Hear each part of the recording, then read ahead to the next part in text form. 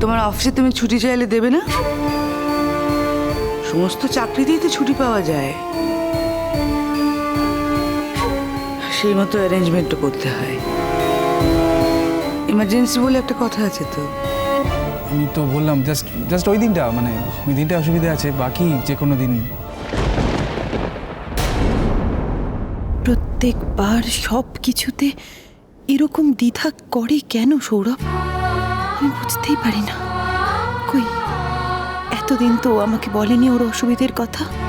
ও তো পরিষ্কার বলেছিল সোমবার থেকে আমরা শপিং করতে শুরু করব। ও আর অফিসে যাবে না, একেবারে বিয়ের পর যাবে। আর আজ এই মুহূর্তে জানাচ্ছে মঙ্গলবার ওর অসুবিধে আছে। ওই দিন একমাত্র আশীর্বাদের দিন আছে বলেই কি ওর অসুবিধে? তাহলে কি করণীয়? আমার মনে হয় যে আশীর্বাদই হলো গিয়ে একটা ভালো কাজ, সে যে কোনো দিন করলেই হলো। ভালো মনে আশীর্বাদ করলে তার কোনো ক্ষতি হয় না কো। তাহলে তাই হোক, মঙ্গলবার বাদ দিয়ে বুধ বৃহস্পতি যে কোনো একদিন হোক। আশীর্বাদের দিন পাঁজিতে লেখা আছে, ওই দিনই আশীর্বাদটা হবে। আর সেটা যদি না হয় আমি বুঝবো আমার মেয়ের কপাল খারাপ।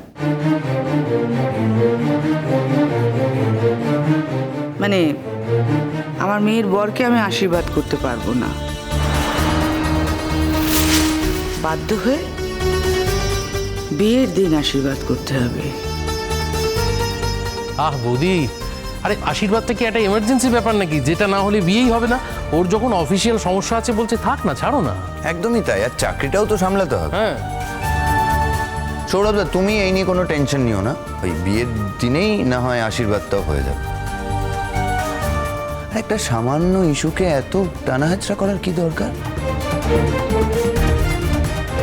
সত্যি মানে এত সব কথা হচ্ছে, কিন্তু মাসিমা, মেসোমশাই, আপনাদের বৌমা কিন্তু আপনাদের জন্য চা বানিয়ে রেখে দিয়েছে, মানে অনেকক্ষণ থেকে বানানো আছে, এবার তো ঠান্ডা হয়ে যাবে। আপনারা তো মুখেই দিলেন না।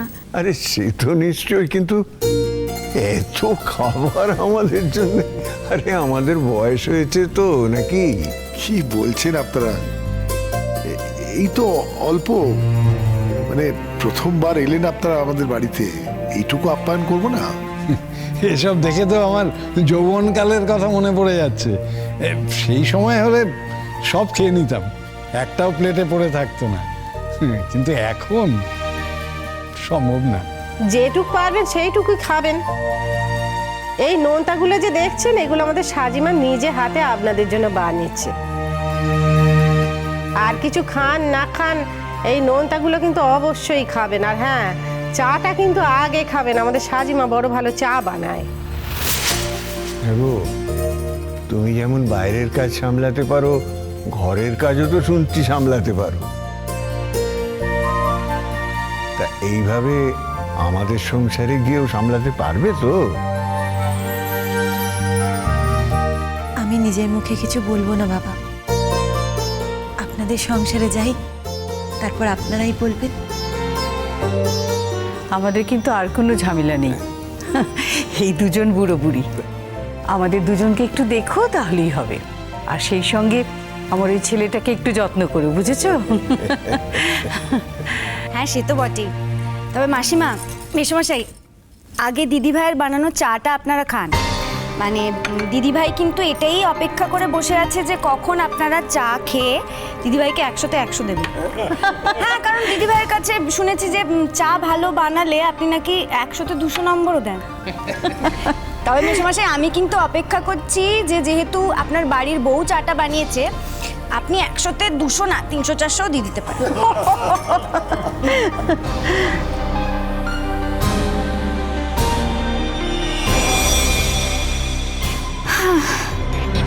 এইবার আসল মজাটা টের পাবে,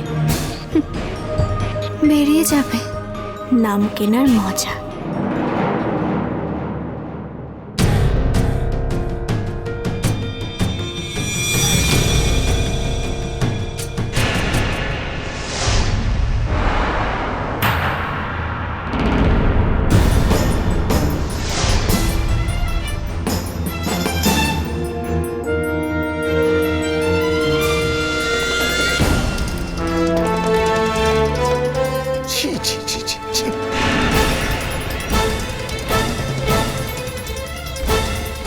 আমাদেরকে অপদস্থ করবে বলে ইচ্ছে করে এরকম চা বানিয়েছো তুমি?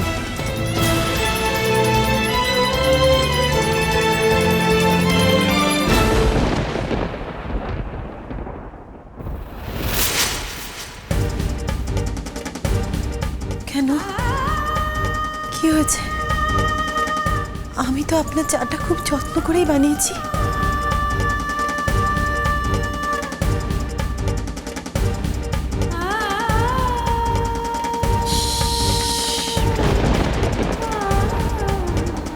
ছি ছি ছি ছি ছি ছি ছি, এই তোমার যত্নের নমুনা?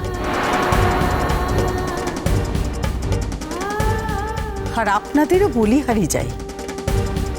আমার ছেলের ঘাড়ে আপনাদের এই মেয়েকে গছাবেন বলে আপনারা সবাই মিলে বানিয়ে বানিয়ে এতগুলো কথা বললেন।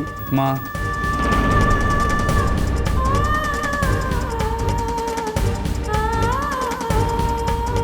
সাজি, আমি তোমাকে আগেই বলেছিলাম আর একটু অ্যালার্ট থাকতে পারতে। চা করার দরকার ছিল না, আমি বা করতে। কি ব্যাপার বলো তো সৌরভ, তোমরা সবাই ওকে এত কথা শোনাচ্ছ, কি হয়েছে? আপনি চাটা একটু খেয়ে দেখলে বোধহয় বুঝতে পারবেন আমি কেন। এক মিনিট আমি দেখছি।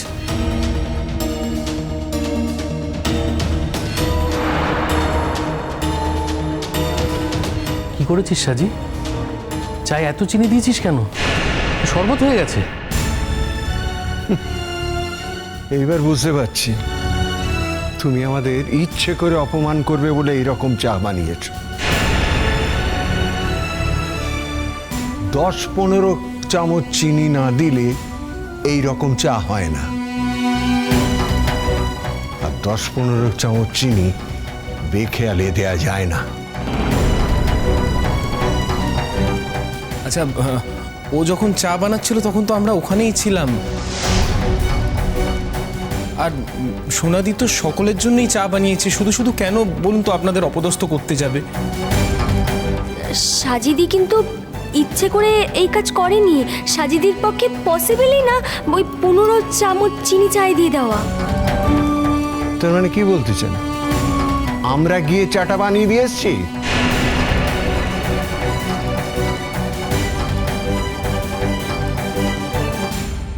দেখুন, আমি হাত জোড় করে ক্ষমা চাইছি। যেটা হয়েছে সেটা ভুল করে হয়েছে। আপনাদের অপদস্থ করার কথা ও ভাববেই বা কেন? আর দুদিন পরে তো আপনাদের বাড়িতেই যাচ্ছে। ভাবতেই পারে। আমরা প্রথম থেকে বিয়েতে বাধা দিচ্ছিলাম না, তাই প্রতিশোধ নিল। ছি ছি, আমি এমন ধরনের মেয়ে নই, আমাকে এভাবে বলবেন না। বিশ্বাস করুন, সত্যি সত্যি আমি চিঠিটা কিন্তু মাপ মতোই দিয়েছিলাম।